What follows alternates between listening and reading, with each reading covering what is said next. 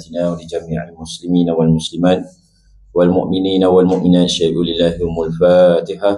أعوذ بالله من الشيطان الرجيم. بسم الله الرحمن الرحيم. الحمد لله رب العالمين الرحمن الرحيم مالك يوم الدين. إياك نعبد وإياك نستعين اهدنا الصراط المستقيم صراط الذين أنعمت عليهم غير المغضوب عليهم ولا الضالين آمين. بسم الله الرحمن الرحيم. الحمد لله نحمده ونستعينه ونستغفره ونعوذ بالله من شرور أنفسنا ومن سيئات أعمالنا. من يهد الله فلا مضل له ومن يضلل فلا هادي له. أشهد أن لا إله إلا الله وأشهد أن محمدا عبده ورسوله. اللهم صل وسلم على محمد وعلى آله وصحبه أجمعين. قال رب اشرح لي صدري ويسر لي أمري واحلل عقدة من لساني يفقه قولي ويفقه قولي أما بعد. Assalamualaikum warahmatullahi ta'ala wabarakatuh. Yang dikasihi lagi kan seluruh barisan jawatan kuasa surau Megat Terawih Kampung Bandar Lama, Kampung Gajah, tuan-tuan, hadirin, hadirat, muslimin, muslimat, bakal ahli syurga Allah subhanahu wa ta'ala. Pertama dan selamat dan syukur kepada Allah subhanahu wa ta'ala. Dengan limpah dan kurnianya Allah izinkan pertemuan kita pada malam ini. Kita masuk pada malam Zulhijjah. Hari ini berapa Zulhijjah ini? Hari ini berapa dah Zulhijjah? 5 Zulhijjah. Kan 5 Zulhijjah. Kita mula pada hari Khamis. 1, 2, 3, 4, 5 Zulhijjah. Birthday saya ni. Saya ingat lagi, kenapa nama kamu dinamakan nama Amir Hamzah? Kata mak cakap kamu lahir 5 Zulhijjah. Allahumma salli ala sayyidina Muhammad. Tuan-tuan, puan-puan yang dirahmati Allah sekalian, sebagaimana yang kita maklum pada awal 1 hingga 10 Zulhijjah, 9 Zulhijjah, antara perkara yang saat-saat yang juga perlu untuk kita pertingkatkan amal setiap hari pun seperti itu juga. Lebihlah. Tapi lebih-lebih lagi bila mana kelebihan yang kita berada pada 9 yang terawal pada Zulhijjah. Allahumma salli ala sayyidina Muhammad. Kalau di tanah suci, sekarang orang sedang berhimpun siap sedia untuk melaksanakan fardu hajinya, yang mana sekarang ni semua orang yang akan menunaikan haji kini berada di Makkah. Okey, 8 Zulhijjah nanti, iaitu hari yang dipanggil hari Tarwiyah. Hari Tarwiyah itu nanti mereka akan mula bergerak ke Padang Arafah. Allahumma salli ala sayyidina Muhammad. Kalau sunnahnya 8 hari bulan itu Nabi berkhemah di Mina. 9 Zulhijjah selepas subuh itu bergerak ke Arafah. Kalau kita tak boleh dia tu, tak dan. Jadi itu pasal kita ambil pada terus 8 Zulhijjah berada di bumi Arafah, dan terus pada 9 Zulhijjah memang sudah pun berada di bumi Arafah. Kerana haji itu Arafah. Al-Hajjul Arafah. Haji itu Arafah. Orang yang nak menunaikan haji tahun ini, dia mesti berada 9 Zulhijjah tu mesti berada di Arafah. Iaitu masa wukuf. Masuk masa wukuf walaupun selahzah. Dalam kitab kata walaupun selahzah. Maksudnya masuk waktu wukuf ni bila mula tergelincir matahari. Maksudnya tergelincir matahari itu, matahari dah tegak, dia gelincir, ataupun dia berada sedikit dah kita nampak bayang. Perbezaan bayang pagi dengan bayang petang, maksud dah ada nampak dah tu dah mula dah masuk hari wukuf, ya, hari wukuf, sehingga dah terbenam matahari, iaitu daripada tengah hari sampailah maghrib. Maksudnya mesti berada di Arafah. Dia berada di padang Arafah. Barulah dia dipanggil haji. Selepas pada tu dah ada ibadah wajib haji. Lepas tu ada lagi rukun-rukun haji yang lain lah. Tawaf, sa'i, yang melontar semua tu, itu semua wajib haji. Wajib haji. Kalau tak melontar dikenakan dam. Banyaklah teknikal di situ. Nak menyatakan dalam kepala kita, orang yang pergi haji dia mesti berada di bumi Arafah pada 9 Zulhijjah, walaupun selahzah masanya.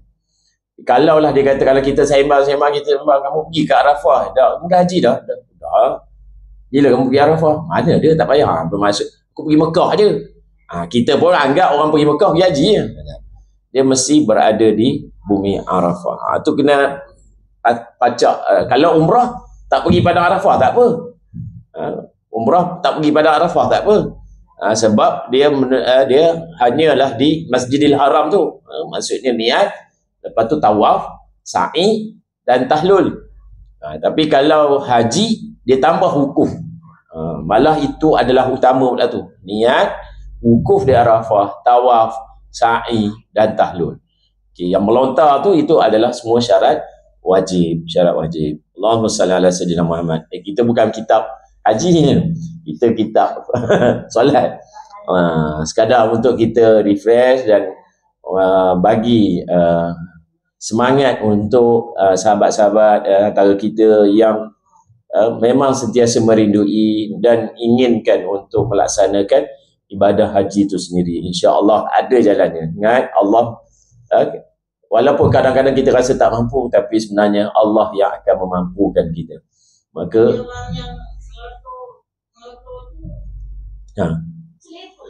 melontar selipar tu biasalah. Cara orang melontar tu macam-macam cara lah. Allahumma salli ala sayyidina Muhammad. Maksudnya itu faham-faham lah, macam-macam lah cara, kaedah lemon nak melontar tu kan.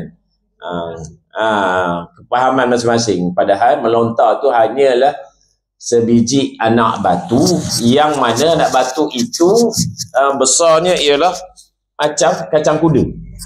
Macam kacang kuda je. Kita sebabnya kita ni nak ambil apa dipanggil? Dia di Muzdalifah dan di Mina. Kita nak ambil itu, ambil ibrah ataupun ambil bagaimana syariat Nabi Ibrahim alaihi salam melontar syaitan. Bukanlah maksudnya kita nak lontar syaitan. Syaitan kalau tengok biji batu bergelak kan. Tapi isunya nak katakan bahawa itu adalah ibadah ataupun yang dipanggil sebagai suatu perkara yang dilaksanakan orang terdahulu, Nabi terdahulu. Dia adalah hikmah-hikmahnya. Maka dan sesungguhnya kita ni adalah tanggungjawab lah. Itu jadi itu syarat wajib pun. Dia bukan rukun, syarat wajib. Dan sedapat mungkin kita laksanakanlah dengan yang terbaik. Allahumma salli ala sayyidina Muhammad. Tuan-tuan yang puan-puan yang rahmati Allah sekalian, kita baca formula solat sempurna kita pada malam ini. Kita telah sampai ke iaitu beberapa perkara berkenaan solat yang kerap ditanya oleh kita lah, oleh sesama kita. Dan kita telah bicarakan dua daripadanya, iaitu pergerakan yang membatalkan solat, kita dah bicarakan. Yang keduanya kita dah bicarakan tentang membaca doa kunut. Hak yang ni memang biasa kita tanya. Dan untuk pada malam ini kita sambung bacaan kitab kita, iaitu membaca doa selain daripada bahasa Arab di dalam solat. Apa hukumnya? Apa caranya? Apa dia punya dasar, ataupun kalau dah tak dibenarkan, apa yang bukti melarang bacaan tersebut. Okey. Qala musannif rahimahullah taala telah berkata pengarang kitab, kita sekadar membaca dan insya-Allah mudah-mudahan kita dapat pahala, orang yang mengarang pun dapat pahala dan juga mengalir pahala serta kita beramal dengannya insya-Allah. Membaca doa selain bahasa Arab di dalam solat. Imam An-Nawawi rahimahullahu taala menyatakan semua doa-doa datang dari Al-Quran dan hadis. asas kepada doa ialah yang terbaik. Doa yang terbaik adalah doa yang datang daripada Al-Quran dan hadis Nabi. Maka kita itulah doa yang paling patut kita banyak kena amalkan. Maka doa yang kita patut banyak kita doa, kita hafal dan amalkan. Dan saya yakin kita pun memang banyak mengamalkan doa-doa yang memang datang daripada Al-Quran dan hadis. Antara lain yang masyhur, memang orang akan pejam mata pun boleh ingat. Rabbana atina fid dunya hasanah wa fil akhirati hasanah wa qina azabannar. Banyaklah doa-doa daripada Al-Quran. Maka itu adalah doa yang paling sempurna, paling yang dianjurkan untuk kita banyakkan membacanya. Manakala lain pada itu ialah doa datang daripada hadis Nabi. Banyak doa-doa yang banyak yang disusun. Kalau dalam kitab Al-Azkar, karangan Imam An-Nawawi juga pun menyusun hadis-hadis yang mana hadis yang ada doa, zikir dan sebagainya dimasukkan dalam kitab Al-Azkar. Kalau di Masjid Lama ada yang baca ni Ustaz. Yang kalau maksudnya itulah antara lain juga yang dipermudahkan zaman sekarang yang kita tahu dalam yang dipanggil amalan pagi dan petang, al-ma'surat. Maksudnya bacaan-bacaan maksurat itu juga datang daripada Al-Quran dan juga hadis Nabi. Doa-doa tu semua datang daripada hadis Nabi. Okey, maksudnya beramal dengannya itu kita memang A lah. Memang A lah. Terdapat ulama Asy-Syafi'i yang membenarkan untuk diterjemahkan dan dilafazkan dalam apa jua bahasa. Jika kita individu itu sememangnya tidak mampu menyebut dalam bahasa Arab.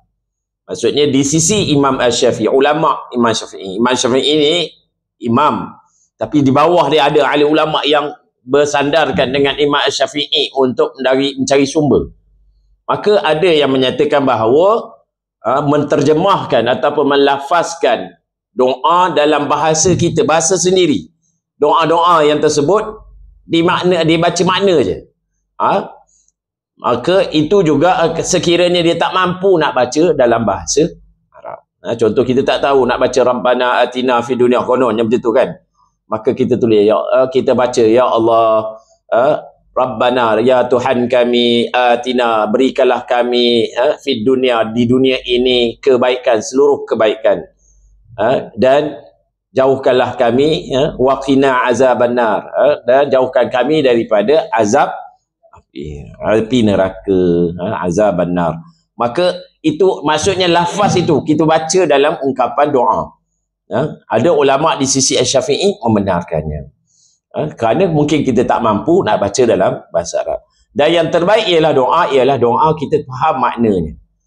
Kita ni orang Melayu, kita ni tak faham bahasa Arab. Maka kita kadang-kadang kita baca doa dalam bahasa Melayu pun itu yang terbaik. Tapi kalaulah doa itu daripada Melayu tapi hasil dan asasnya ialah daripada Al-Quran dan hadis yang kita baca tadi, maka itulah yang terbaik. Sebab kita faham apa kehendak yang kita minta.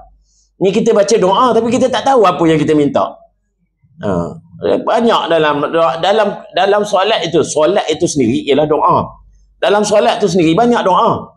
Tapi kita tak faham pun. Selama hari ini kita baca doa, kita solat, kita sebenarnya kita minta pada Allah. Macam juga suratul Fatihah, kita minta pada Allah kan, tapi kita tak faham.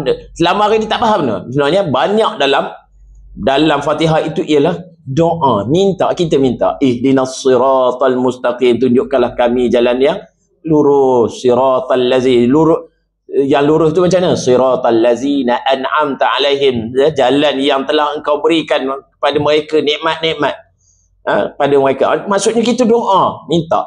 Maka itulah yang terbaik. Jadi kita terpaksa kita dianjurkan nak mendalami ataupun menguasai ataupun nak letakkan khusyuk itu, kita kena faham tentang doa itu. Iya, betul. Nama pun solat. Solat asal solat bahasa dari segi lughah itu juga adalah doa. Solat itu juga adalah doa. Allahumma salli ala sayyidina Muhammad. Sememangnya kalau kita tak mampu baca dalam bahasa Arab, itu tidak membatalkan solat. Maksudnya kalaulah memang betul-betul kita tak boleh nak baca dalam bahasa Arab, kita baca dalam bahasa Melayu, maka taklah. Setakat itu, kalau setakat itu aja ilmu yang dia ada pada ketika itu, maka taklah dia berdosa dan tak pun membatalkan solat. So kalau mungkin dia baru masuk Islam, dia tahu cakap orang asli je. Maka dia doa ke ataupun dia baca dia apa dalam solat tu semua dalam bahasa dia yang dia tahu itu je. Maka teruslah.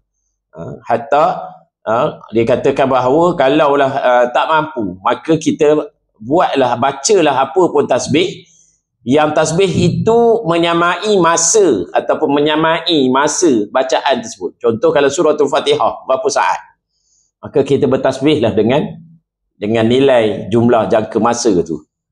Itu pun boleh. Allahumma salli ala sayyidina Muhammad. Namun bagi mereka yang mampu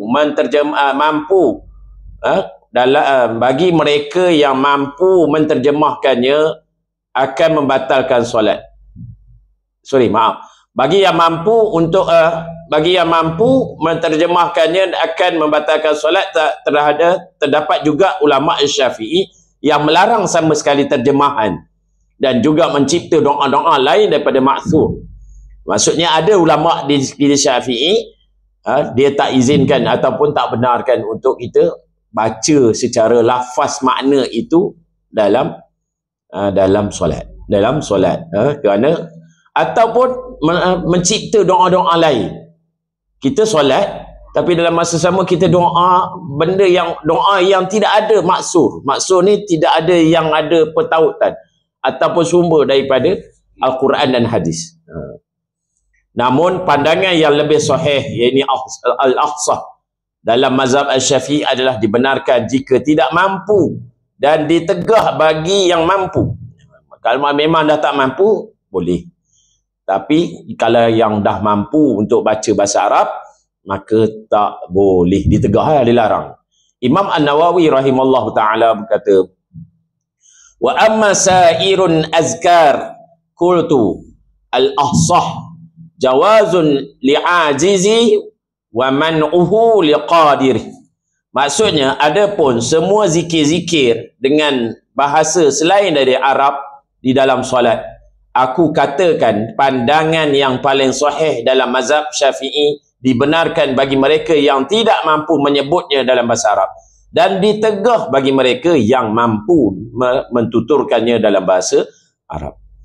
Pandangan yang membenarkan ini juga dikatakan oleh Imam Al-Haz dengan katanya, waman kanat lughatuhu ghaira arabi jaza lahu an yad'uhu biha fi salatihi lakin la yajuzu lahu an yaqra'a biha. Maksudnya, ini Ibnu Hazm, ini juga ulama juga menyatakan bahawa sesiapa yang bertutur dengan bahasa selain daripada bahasa Arab, dibenarkan baginya untuk berdoa dengan bahasa tersebut di dalam solatnya, tetapi dia tidak dibenarkan untuk membaca bacaan solat yang wajib dengan bahasa tersebut selain Arab. Kan kita ada rukun qauli. Rukun qauli ini rukun yang dipertuturkan, kita berkata lafaz. Maka yang itu tak benar dalam bahasa selain daripada bahasa Arab. Contoh, Allahu Akbar. Kita tak boleh pula angkat takbir Allah Maha Besar, tak boleh. Walaupun itu makna dia. Dia kena juga dengan lafaz bahasa Arab. Baca Fatihah, surah Al-Fatihah. Kita tak hafal surah Fatihah, kita nyanyi pula. Kan sekarang ni kalau orang tanya, sila baca ataupun sila bagi makna suratul Fatihah. Surah macam mana? Lepas tu ada budak-budak tahu, budak-budak apa dah? Segala puji bagi Allah, Tuhan sekalian alam,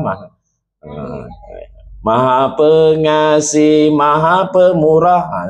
Itu dalam bentuk nyanyi dia apa? Tapi kalau dalam bentuk lafaz, tak tahu. Itulah. Okey. Tapi sekurang-kurangnya dia dapat juga menerusi. Itu adalah makna sisi ataupun makna suratul Fatihah. Tu siapa yang nyanyi tu? Nora. Nora punya lagu dengan anak-anak dia. Yeah.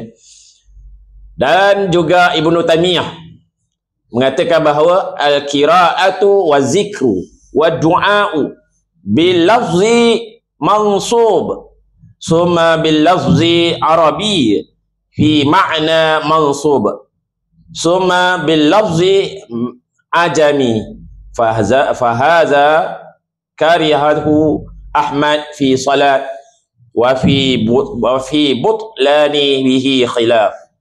Maksudnya bacaan Al-Quran, zikir dan doa dengan lafaz yang dinaskan di dalam Al-Quran atau hadis Nabi.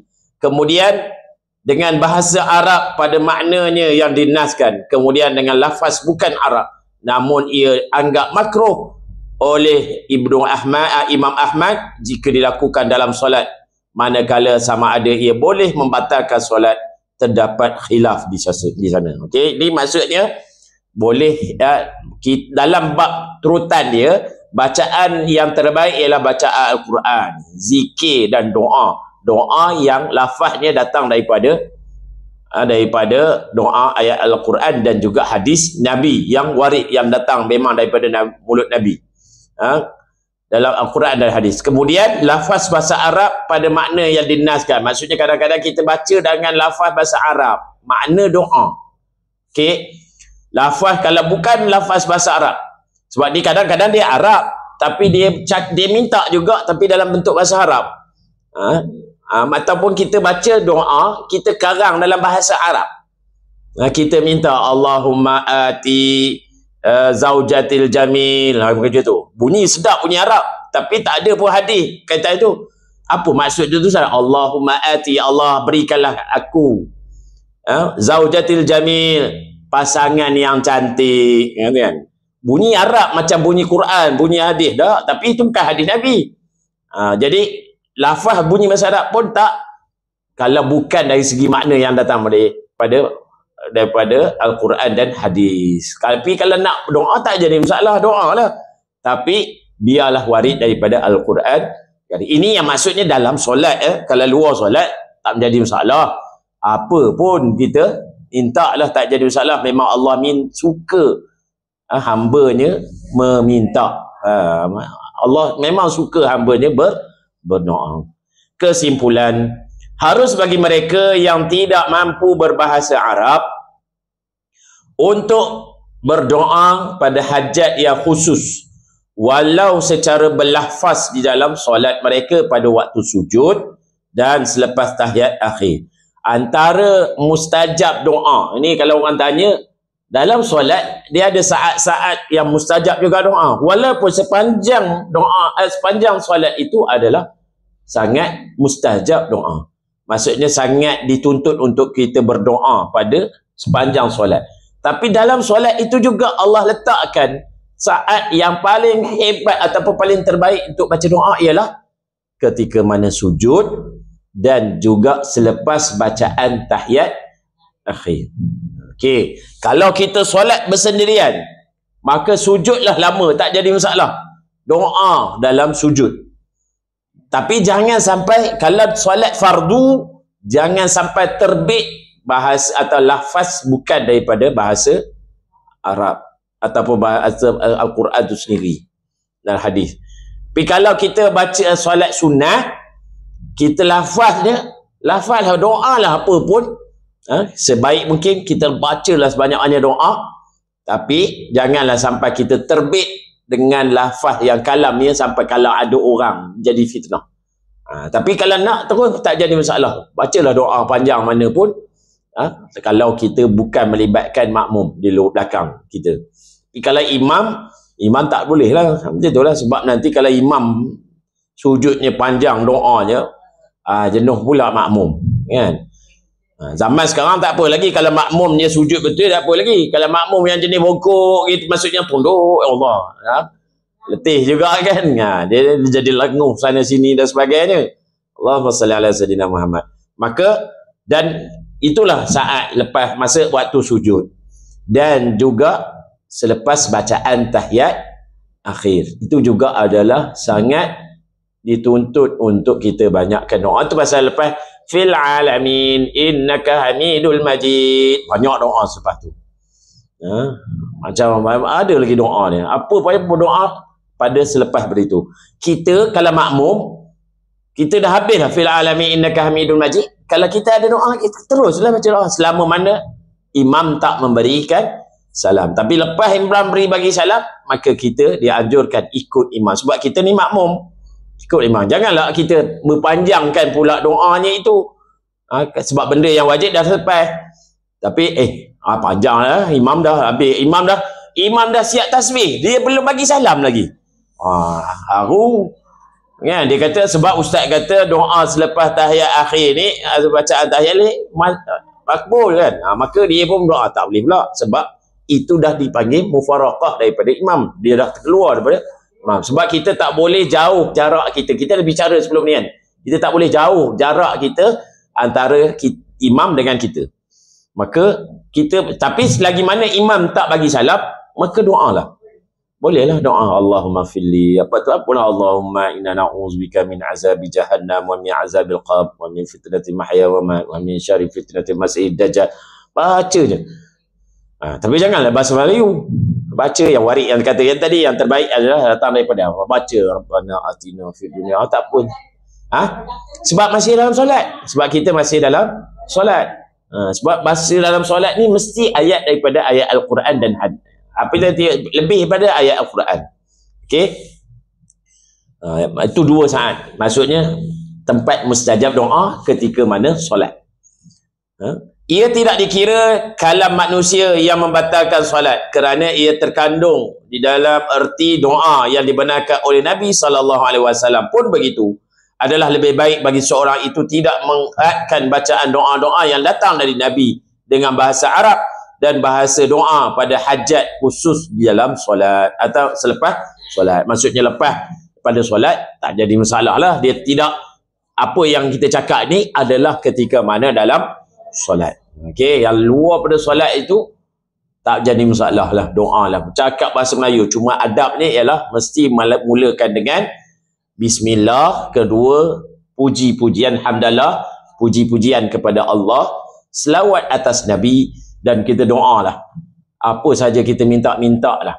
Dan penutup je secara adabnya ialah selawat atas Nabi, dan kita pun bangunlah bagi ataupun selesai doa. Jangan kita minta habis. Dia adabnya lapik balik dengan selawat atas Nabi sallallahu alaihi wasallam. Okey, itu dari segi adabnya. Kita dah bicara bab doa sebelum ni. Waktu pukul berapa pun? 42. InsyaAllah kita masuk satu lagi sikit ni pun, iaitu yang keempat. Ini yang biasa dibicara ataupun ditanya-tanyakan oleh juga jemaah, iaitu kita ialah tertawa, menangis atau senyum sewaktu solat. Sah ke tidak, apa dan sebagainya. Okey. Di dalam mazhab Asy-Syafi'i, sebarang jenis percakapan yang mengandungi 2 huruf yang boleh difahami akan membatalkan solat. Ini sisi ijma' Syafi'i. Maksudnya 2 perkataan yang dilafazkan yang boleh beri makna faham pada orang lain. Maka kalau itu bukan daripada Al-Quran dan juga hadis, maka boleh membatalkan solat. Batalkan solat. Malah jika bunyian itu keluar sewaktu tertawa, kan? Mungkin tak macam-macam, tengok imam tobik dekat punggungnya kain ni kan, terjubah dia dan sebagainya, kita pun ketawa, padahal kita dah angkat takbir, kita ketawa, pun boleh membatalkan solat. Okey. Atau menangis yang meriam, teresak-resak, pun juga boleh juga membatalkan solat. Itu juga membatalkan solat, sama ada tangisan kerana hal dunia atau akhirat. Hati-hati. Itu kadang-kadang kita doa, kita semayang fardu terutamanya. Semayang fardu ni kita kena jaga. Tapi semayang sunat ataupun semayang taubat, kita nak menangis, kita nak rintih, tak ada masalah. Tapi jangan sampai boleh timbul fitnah pada orang lain. Dia kadang-kadang macam tu juga. Ibnu Qudamah dan Ibnu Munzir menyatakan tiada ulama yang berbeza daripada menyatakan tertawa sehingga kedengaran 2 huruf. Dia sebut itu dah faham lah. Gelak lah tu. Lagi lah. Dia gelak lebih pada tu kan. Maka itu telah membatalkan. Sehingga kedengaran 2 huruf. Pun beza. adalah membatalkan solat. Namun begitu bagi mereka yang terucap, mengeluh, berdeham kerana batuk atau berkahak di luar kawalan serta tiada pengetahuan akan halnya itu, boleh membatalkan solat. Hal demikian tidak akan membatalkan solat, malah dimaafkan menurut pandangan mazhab Asy-Syafi'i yang sah, paling sahih. Contoh, kita tengah solat, kita bersin, tambah subuh. Kalau subuh orang yang resdung Tuhan, dia tahu kan, dia sebut alhamdulillah, dia dah terbiasa, tak apalah, dia tak membatalkan kerana dia sebut pun perkataan hamdalah, sebut alhamdulillah. Tapi kadang-kadang tu dia bila bersin ataupun dia terkejut, orang bersin, dia terkejut, dia tak terkawal, dia kan kadang-kadang dia melatah kan, dia terkejut dia tu. Jangan, berhati-hati. Kalau dah terbiasa tak boleh nak kawal, masih dia boleh teruskan solat. Tapi kalaulah dia macam melampau-lampau atau lebih daripada perkataan dia boleh menjejaskan solatnya, maka batallah solatnya. Kesimpulannya, ciri solat sempurna sudah tentu adalah menjauhi tertawa yang disepakati oleh boleh membatalkan solat. Juga menjauhi senyum dan mengeluarkan apa-apa bunyi selain tasbih, tahmid, takbir dan doa. Pun begitu batuk yang sukar dikawal. Orang musim batuk, balik pada umrah batuk, maka semayang. Batuk yang tak terkawal tak jadi masalah lah. Batuk pula tu kadang-kadang, tapi berhati-hati, kadang-kadang batuk ni boleh membuatkan terkecil. Tu pun banyak juga kan. Batuk boleh mengeluarkan kentut. Sebagainya, itu berhati-hatilah. Kadang batuk yang bersangatan, batuk kadang-kadang ada. Sukar dikawal.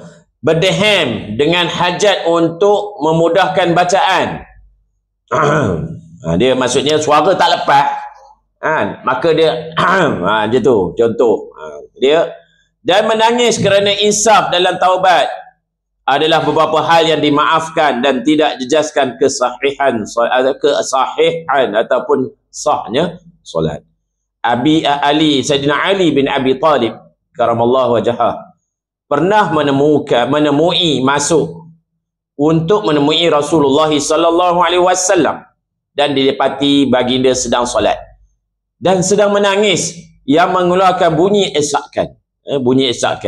Bunyi macam dayu, esakan. Justru sebagian ulama berijtihad bahawa itu tidak membatalkan. Kalau dia solat sendirian, dia contoh solat taubat dan sebagainya, kita insaf apa perkara yang telah kita pernah lakukan, maka sah solatnya, sah solat tersebut. Dan yang terakhir di sini saya ambil baca, ragu dalam jumlah rakaat. Ni biasa, ni standard. Sekiranya, ini yang kelima perkara yang biasa ditanya. Yang kelima ini, sekiranya seseorang itu merasa ragu akan jumlah rakaat yang sama ada 3 atau 4, 2 atau 3. Contoh bagi solat Zuhur, Asar dan Isyak, ni standard solat yang melibatkan 4 rakaat. Atau sama ada 2 atau 3 bagi ketika Maghrib, tatkala itu penyelesaiannya yang paling sempurna menurut hadis Nabi dan ijtihad para ulama adalah mengira atas jumlah yang lebih kecil. 3, 4, 3, 4, kira 3.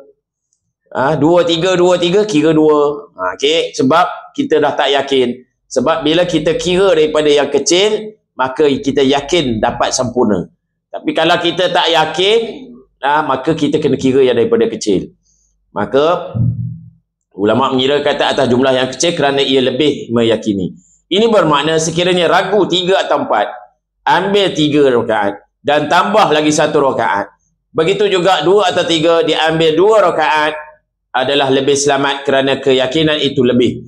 Demikian adalah ijtihad mazhab Asy-Syafi'i dan Maliki. Ini ijtihad, bukan dari segi hadis Nabi ke apa, kamu kalau 2, 3 ambil 2. Itu bukan hadis, itu ijtihad. Ijtihad ni pendapat ulama-ulama. Ya, samalah. Dalam bab ibadah, dia ambil kena ambil kurang. Tawaf pun sama jugalah. 5, 6, tambah je 1. Tambahlah, kira 5, tambah je 1 nanti. Okey. Nabi SAW juga bersabda, "Iza syakka ahadukum fi salatihi falam yadri kam salat salasa aw arba'a falyatraha syakki wal yabni ala mastayqan summa yasjudu sajdatain qabla an yusallim." Ini hadis, apabila seorang kamu ragu, syak di dalam solatnya, lalu dia tidak mengetahui berapa rakaat yang dia telah solat, sama ada 3 atau 4 rakaat, maka dia hendaklah membuang rasa ragu itu dengan membina solatnya di atas jumlah yang dia yakini. Dia yakin kat mana? 2, 3 atau 3, 4, kamu yakin mana? Kalau kamu yakin 4, maka terus 4, maka kamu kena, walau bagaimanapun kena juga sujud sahwi. Ya. Okey, kena juga sujud 2 rakaat. Dia tak panggil sujud sahwi, tapi kita faham dah itu ialah sujud sahwi. Sujud sahwi, iaitu hendaklah dia sujud. Ini hadis ini dia nyaka bahawa apa yang kamu yakini. Maksudnya, kalaulah dia kata 3, 4, kamu yakin tang mana? Paling berat mana? Paling kuat kamu yakin mana? 4. Maka kamu anggaplah itu 4 kerana kamu yakin, tetapi oleh kerana ada syak sebelum itu, maka sebelum salam 2 kali sujud. Beza dengan yang tadi, ijtihad ulama untuk nak bagi yakin, ambil yang kurang. Itu lebih yakin. 3, 4, ambil 3.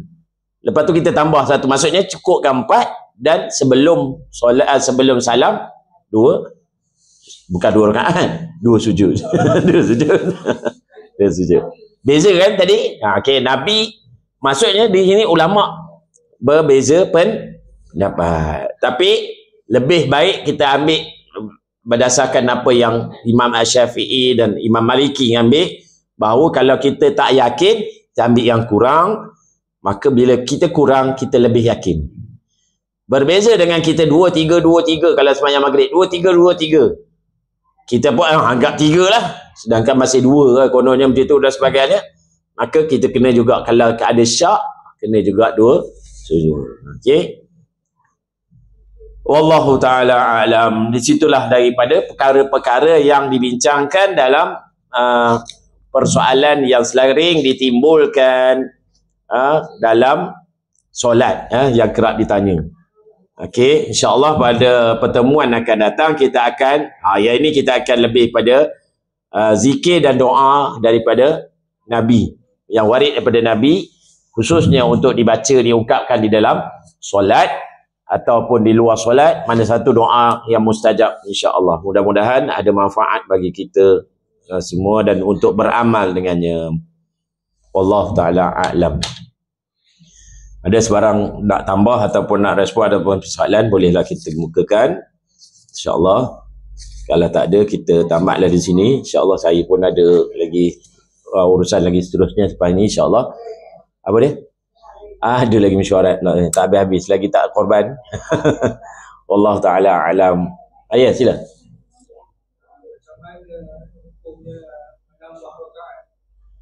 Menambah hukum menambah rakaat.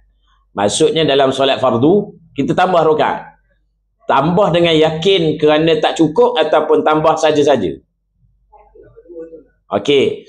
Bila kita akan menambah rakaat bila mana kita tak yakin.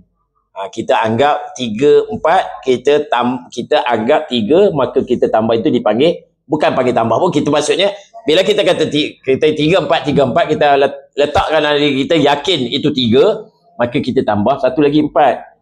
Tapi kalau kata dia tambah, Aish, aku ni orang pencen, subuh ada patut subuh mayang 2 rakaat je, aku pencen bukan nak kejar-kejar ngajar ngantuk anak lagi. Takkan 2 rakaat, maka aku tambah lagi rakaat, biarlah tambah lagi 6. Masa panjang kan? Masa panjang. Apa hukum? Itu haram dan berdosa. Sebab kita menambah-nambahkan rukun, menambah-menambahkan benda dalam ibadah.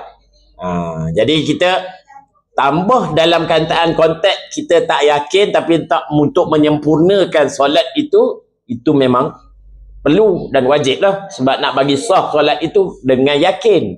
Sebab kita ingat dulu, kita bincangkan bahawa solat sempurna ini untuk letakkan keyakinan setiap ibadah itu tang mana, apa dia ni, angkat takbir, apa dia punya hadisnya, mana datang sumbernya, letak tangan dekat perut, kita dah bincang, maksudnya ada sumber-sumbernya, itu dari seginya. Dari segi tadi soalan tambah pada rakaat. Kalau tambah rakaat ini kerana kita yakin solat rakaat kita tak cukup, tambah satu itu bukan dipanggil tambah pada solat itu, kita tambah kerana kita tak yakin.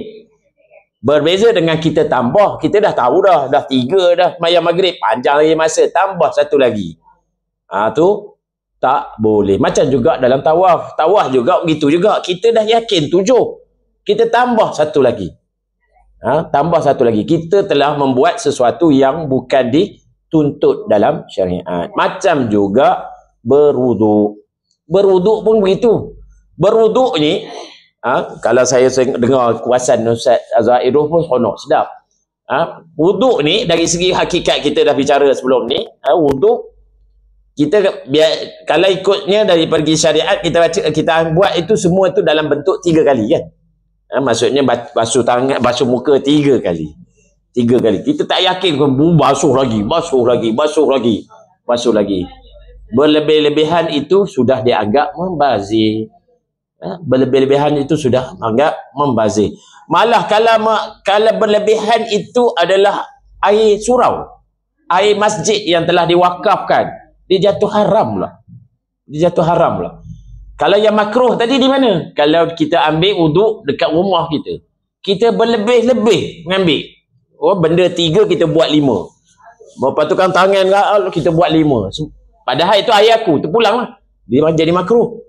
Tapi kalau dekat surau, dekat masjid, kita buat benda yang sama, buat 5 lebih pada 3 yang paling minim, paling maksimum, maka itu dia boleh jatuh haram. Sebab air itu adalah air wakaf. Sampai tahap macam tu. Kalau fahami apa yang dikupas dalam kitab, Ustaz Azhairuh perjelaskan satu persatu.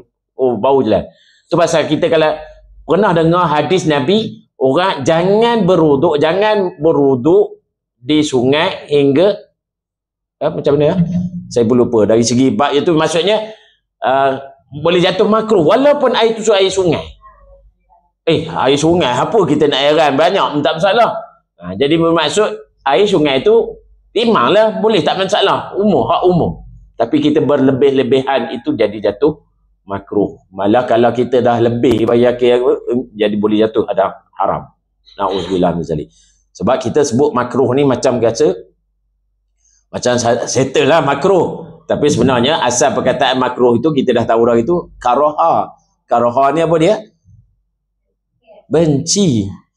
Karaha ni asal perkataan daripada bahasa Arab karaha. Karaha ini benci. Makruh ini benda yang dibenci. Maksudnya kalau kita buat benda makruh, maksudnya benda itu yang dibenci Allah. Kalau kita benci, apa maksud benci? Tak suka kan? Tapi kalau kita kata makruh je, makruh je tu pun maksud kalau kita benci, aku benci je pun kita dah rasa dia benci kita.